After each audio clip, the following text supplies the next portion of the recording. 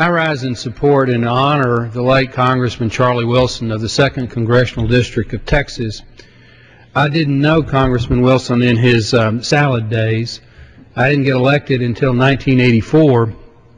By that time, he had calmed down apparently quite a bit. But I can now state it, since the statute of limitations has expired, I voted for Congressman Wilson 6 times. I lived in East Texas, in Crockett, Texas, in Houston County, in the 2nd Congressional District, and we didn't have a Republican primary, and I don't recall that we had a Republican opponent against Congressman Wilson in the time that I lived in Crockett, and so my choice was to vote for him or not vote at all, and I chose to vote for him. I never went to one of his town hall meetings down at the courthouse on the square because I felt like he was doing a very good job for those constituents in East Texas, including myself. He was a strong defender of the military, just very strong on what we call Texas values. He worked quite a bit on the big thicket in East Texas. He was an environmentalist ahead of his time.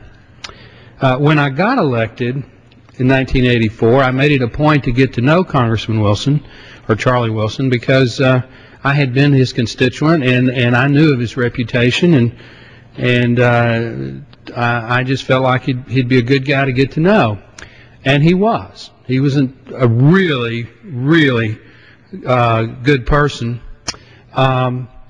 His mother died. I felt as a courtesy that I should attend the funeral so that there would be some Texas congressmen at his mother's funeral in Trinity, Texas. And as it turned out, I was the only congressman that attended. I went up to him, and we didn't really know each other that well, but I said, "Charlie, I'm here if you need me to do anything. I didn't really know your mother very well, but I know that she must have been a good woman if you were her son." And he never forgot that. From then on, anything I needed from Congressman Wilson, if he could do it, he did it. But he also asked you things. I'll never forget, out on the steps of the Capitol one time, he came up to me and he said, "Joe, I need a favor." And I said, "What is it, Charlie?" He said, "Well, I need a Republican sponsor for an amendment in the Appropriations Committee." I said, "Okay, what is it?" And he said, "I can't tell you."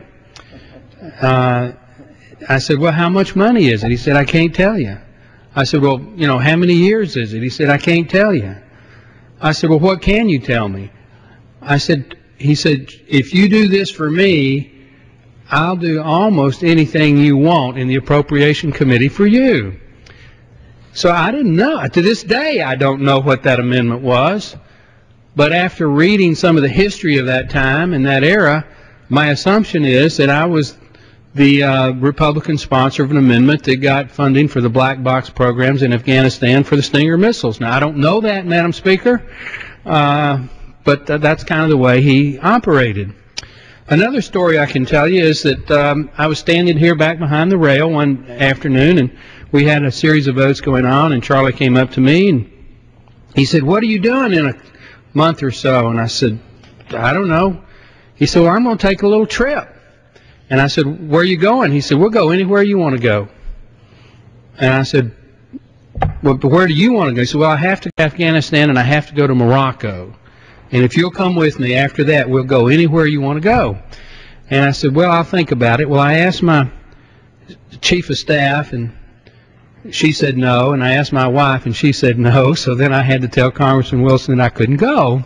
But that's the trip that he took to Miss World on, where he ended up going to Afghanistan. Another story that I can tell you is that a couple of us congressmen were walking down the street one day, and we saw Congressman Wilson walking over to the Capitol. He had this very strikingly beautiful young woman that he was walking with. And Congressman Dan Barton said, "Charlie, that woman is as pretty as Miss Universe." And he says, "It is Miss Universe." And it was. He also loved cats, the four-legged cats. And they ran all over his office and all over the Rayburn building on the floor.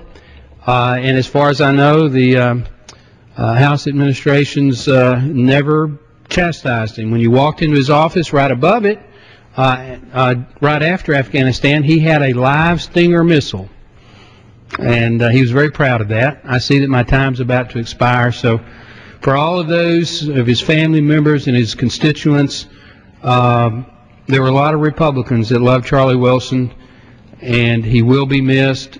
He was a great patriot, a great son of Texas, and somebody that those who knew him, he was very, very loyal to. So God bless Charlie Wilson and his family.